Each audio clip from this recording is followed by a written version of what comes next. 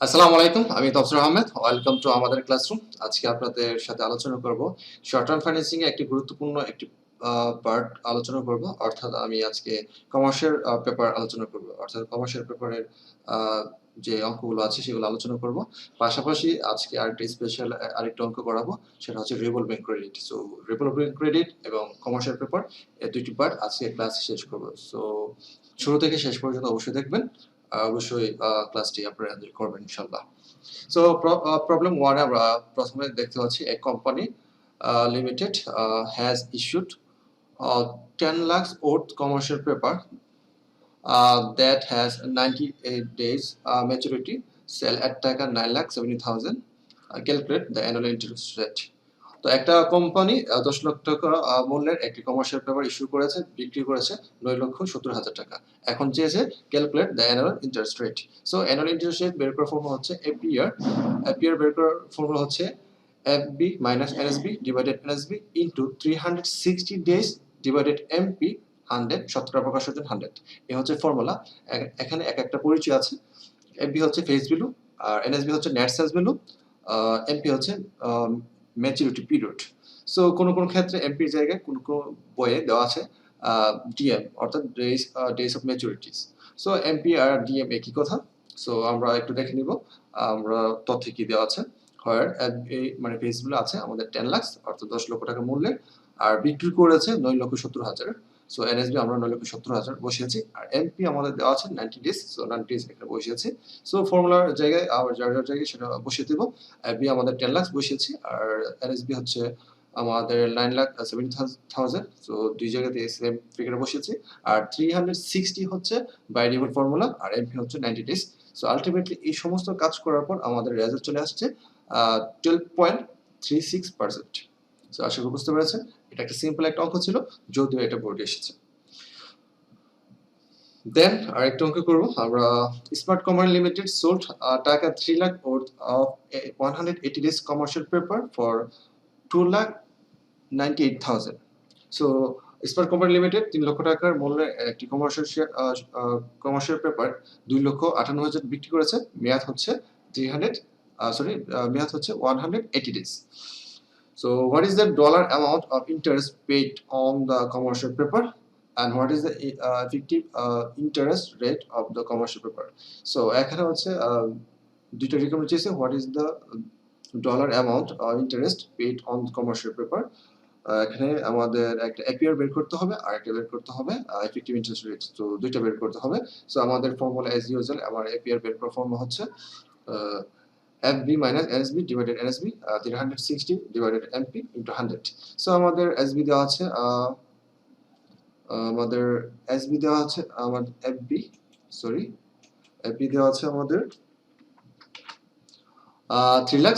So NSB আছে আমাদের sales বিক্রি করেছে 2,98,000 MP দেওয়া আছে আমাদের 180 ডেজ। সো অ্যাজ ইউজুয়াল যার যার মান বসিয়ে আমরা করে ফেলেছি। সো এটা আনসার এসেছে 1.4%। সো তারপর আমরা যেটা করব, আমাদের চেয়েছে what is the effective interest rate. So effective interest rate বের করার ফর্মুলা হচ্ছে EAR। ফর্মুলা হচ্ছে second bracket within bracket 1 plus r whole n minus 1 bracket second plus bracket close into 100। এটা আমরা এফেক্টিভ ইন্টারেস্ট রেট বা effective annual rate বের করার formula.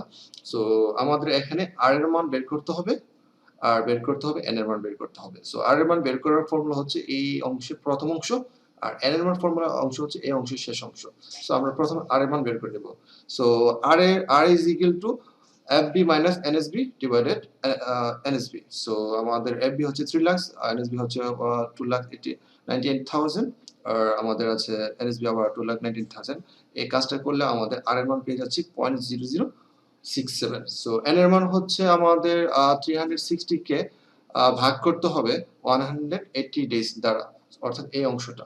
তো এই অংশ ভাগ করলে n হচ্ছে বছরে দুইবার টার্ন করে, সো দুইবার। আর ইয়ার বের করব, আমাদের এস ইউজুয়াল ফর্মুলা বসিয়ে দিব এখানে 0.0067 বসাচ্ছি এখানে, আর r এর মান বসাচ্ছি, আর n এর মান হচ্ছে আমাদের 2 বসিয়েছি। আলটিমেটলি এটা যোগ করে 1.0067 হবে।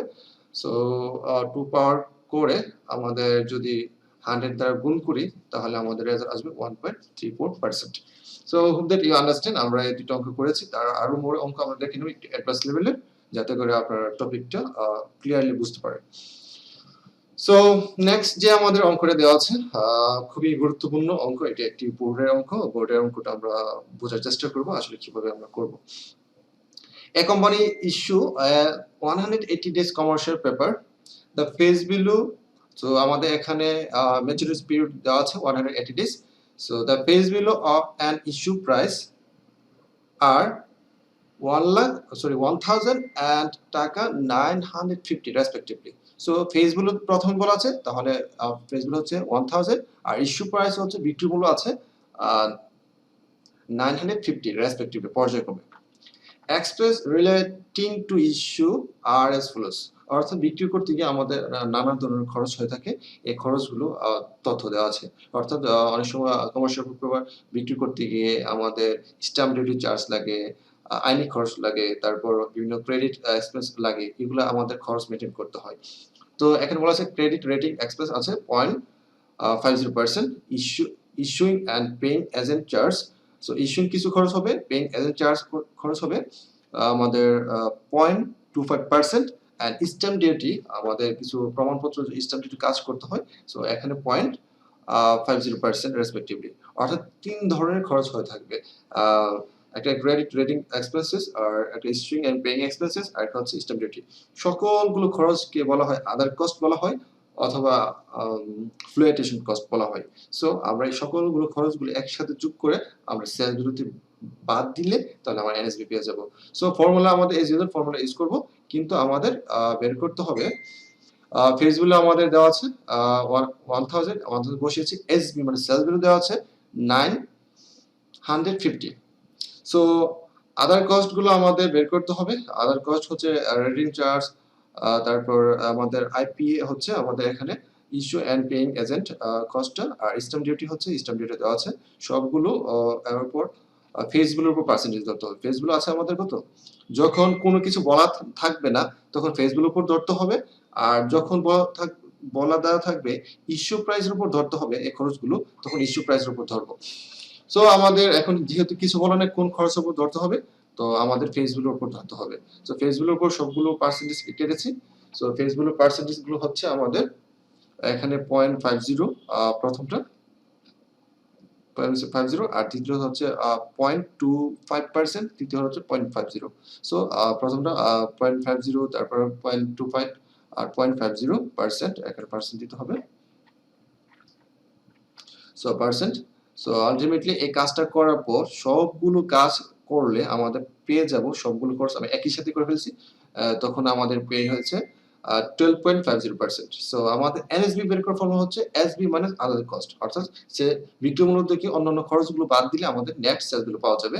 সো আমরা বিক্রি মূল্য আমরা 950 ছিল, আমরা 950, আর আদার কস্ট পেয়ে হয়েছে 12.50। সো মাইনাস গুলো আমাদের পেয়ে যাচ্ছে 937.50। সো আলটিমেটলি আমার সকল তথ্য পেয়ে গেছি। সো আমরা যার যার মান বসাবো, পেজগুলো 1000 আর আমাদের নেট সেলস গুলো এখানে পেয়েছি 937.50। সো দুই জায়গায় বসিয়েছি, আর আমাদের এখানে 180 ডেজ দেওয়া ছিল, সো এমপির মান 180 ডেজ বসিয়েছি, আর 360 হচ্ছে বাই ডিফল্ট। তো আলটিমেটলি এই সম্পূর্ণ কাজ করার পর আমরা পেয়ে যাচ্ছি 13.32%। সো এটা হচ্ছে আমাদের রিকোয়ারমেন্ট ছিল what is the commercial paper, cost of commercial paper, first requirement শেষ। আর সেকেন্ড রিকোয়ারমেন্ট ছিল also calculate effective interest rate. ইতিমধ্যে এর আগের অঙ্কে আমরা এফেক্টিভ ইন্টারেস্টের ফর্মুলা ইউজ করেছি, সো আমরা সেইভাবে ইউজ করব সেম ফর্মুলা। তো আমরা বলেছিলাম আর বের করার জন্য ফার্স্ট অংশ, তো প্রথম অংশ হচ্ছে আমাদের এই অংশটা। তো এই অংশটা আমাদের যদি বসাই তাহলে আমরা পেয়ে যাচ্ছি সম্পূর্ণ অংশ 0.6666, অর্থাৎ আমরা শেষে 7 দিতে পারি বা না দিলে চলবে। আর এর মান হচ্ছে আমাদের এই অংশ কাজ করতে হবে, তো এই অংশ কাজ করে আমরা 2 পেয়ে যাচ্ছি। তো আলটিমেটলি এই যার যার মান বসিয়ে 1 এর 1, আর এর মান তো আমরা এটা পেয়েছি বসিয়ে, আর n এর মান হচ্ছে আমাদের 2 বসিয়ে আলটিমেটলি রেজাল্ট আসতেছে 13.76%। So hope that you understand. আশা করি আপনাদের এই কমার্শিয়াল পেপার সংক্রান্ত কোনো সমস্যা হবে না, কিভাবে করতে হবে সম্পূর্ণ আলোচনা বুঝতে পেরেছেন। এখন আরেকটি অঙ্ক দেখব, সেটা হচ্ছে আমাদের রিভলভিং ক্রেডিট। রিভলভিং ক্রেডিট হচ্ছে একটা ঘূর্ণমান ঋণ। এটা যত টাকা ব্যাংকের সাথে চুক্তি হবে সম্পূর্ণ টাকা দেবে না। এখানে দুইটা শর্ত, যত টাকা দেবে তার উপর ইন্টারেস্ট দিতে হবে, আর যত টাকা দেবে না তার উপর কমিটমেন্ট ফি দিতে হবে। সো ইন্টারেস্ট এবং কমিটমেন্ট ফি হচ্ছে টোটাল কস্ট। তো আমি আবার বলেছি, রিভলভিং ক্রেডিট হচ্ছে ঘূর্ণমান একটা ঋণ। যত টাকা ব্যাংকের সাথে চুক্তি করা হবে, ব্যাংক সম্পূর্ণ টাকা দিবে না, মেবি 60%, 70%, 80% দিতে পারে, বাকি 20% বা 30% দেবে না। যে টাকা পরিশোধ ব্যাংক দিবে আপনাকে, লোন মঞ্জুর করবে, সেই টাকার উপর ইন্টারেস্ট ধরতে হবে, আর যে টাকা দেবে না সে টাকার উপর কমিটমেন্ট ফি দিতে হবে। আর কমিটমেন্ট ফি আর ইন্টারেস্ট যোগ করলে টোটাল কস্ট হবে বা অ্যানুয়াল কস্ট হবে। আর অ্যানুয়াল কস্টকে ইউজ লোন দ্বারা ভাগ করলে আমাদের রেজাল্ট পাওয়া যাবে। সো আমরা একটা অঙ্ক করব। North south trading corporation has a revolving credit 12% interest with Dhaka bank. So Dhaka ব্যাংকের সাথে একটা চুক্তি করেছে, রিভলভিং ক্রেডিট আছে, সো 12% ইন্টারেস্ট রেটে। The average borrowing was 4 lakh total. তারা 4 লক্ষ অ্যাভারেজ বোরিং করে লোন নেই বা ঋণ নেই for the year just ended. So প্রতি বছর শেষে তারা 4 লক্ষ করে ঋণ নেই। Commitment fee is 2% is to be paid. So commitment fee দিতে হবে, এই লোনের উপর কমিটমেন্ট ফি দিতে হবে 2%। লোন ইউটিলাইজ রেট 80%, অর্থাৎ লোন এখান থেকে ঋণ যত টাকা করে এর 80% নিতে পারে তারা। দ্যাট মিনস আর 20% তারা ইউজ করতে পারে না। সো যেহেতু ইউজ করতে পারে না, তো তারা হয়তো ব্যাংক থেকে 4 লক্ষের মধ্যে 4 লক্ষ নিয়ে আসে না, 4 লক্ষ 80% নিয়ে আসে, আর বাকি 20% তাদের প্রয়োজন পড়ে না, নেই না, অথবা ব্যাংক তাদের সাথে দেয় না যে চুক্তিতে আছে। তো 80% টাকার উপর ইন্টারেস্ট দিতে হবে, আর বাকি 20% যে টাকা আসবে ওই টাকার উপর দিতে হবে আমাদের কমিটমেন্ট ফি। আমি ইতিমধ্যে বলেছি যে টাকা ইউজ করা লোনের উপর দিতে হবে ইন্টারেস্ট, আনইউজড লোনের উপর দিতে হবে commitment fee.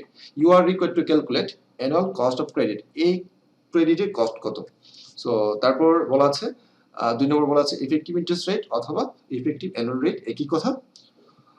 What will be the effective interest rate if corporation average use 3 lakhs? So এটা আরেকটা রিকন হবে। সো ফার্স্ট রিকন আমরা করব। সো আমাদের প্রথমে আমরা ইউজ লোন আনইউজ লোন বের করে নিব। লোন গ্রান্টেড করেছিল 4 লাখস, এর মধ্যে ইউজ লোন হচ্ছে 80%, আমাদের 3 লাখ এটার উপর 80% কাটলে 3,20,000 হবে। আনইউজ লোন হবে 4 লাখের উপর 20%, অর্থাৎ 20% ইউজ করা যাবে না, 80%। সো আমরা বলেছিলাম ইউজ লোনের উপর ইন্টারেস্ট কাটতে হবে, ইন্টারেস্ট রেট 12%, ইউজ লোন 3,20,000 উপর 12% কাটলে আমরা পেয়ে যাচ্ছি 38,400। আর সিএফ হচ্ছে কমিটমেন্ট ফি, আনইউজ লোনের উপর দিতে হবে, 2% কাটলে হচ্ছে 1600 টাকা। সো অ্যানুয়াল কস্ট হচ্ছে এই দুইটা যোগ করলে এই আমাদের ইন্টারেস্ট এন্ড সিএফ যোগ করলে হচ্ছে আমাদের অ্যানুয়াল কস্ট। সো আমাদের এখানে ইন্টারেস্ট প্লাস কমিটমেন্ট ফি যোগ করে 38,400 প্লাস 1,600 যোগ করলে আমাদের 40,000 annual cost. Hope that you understand. Effective interest rate বা অ্যানুয়াল ইফেক্টিভ অ্যানুয়াল রেট আমাদের বের করার ফর্ম হচ্ছে ইএআর অথবা EIR, annual cost divided use loan into 100। So annual cost আমরা পেয়েছি 40,000, যেটা আমাদের এখনো লেখা আছে, আর ইউজ লোন আমাদের আছে এখানে হচ্ছে 3,20,000। সো আমরা ইউজ লোন দ্বারা ভাগ করব অ্যানুয়াল কস্টকে, 100 দ্বারা গুণ করলে আমাদের পেয়ে যাচ্ছে 12.5%. Hope that you understand. Third রিকনে বলেছে what will be the effective interest rate if the corporation average used 3 lakhs.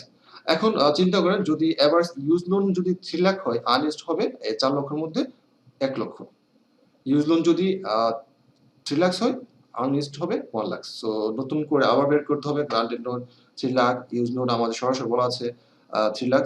So unused loan হচ্ছে আমাদের হবে 4 লক্ষ থেকে 3 লাখ মাইনাস করলে 1 লাখ।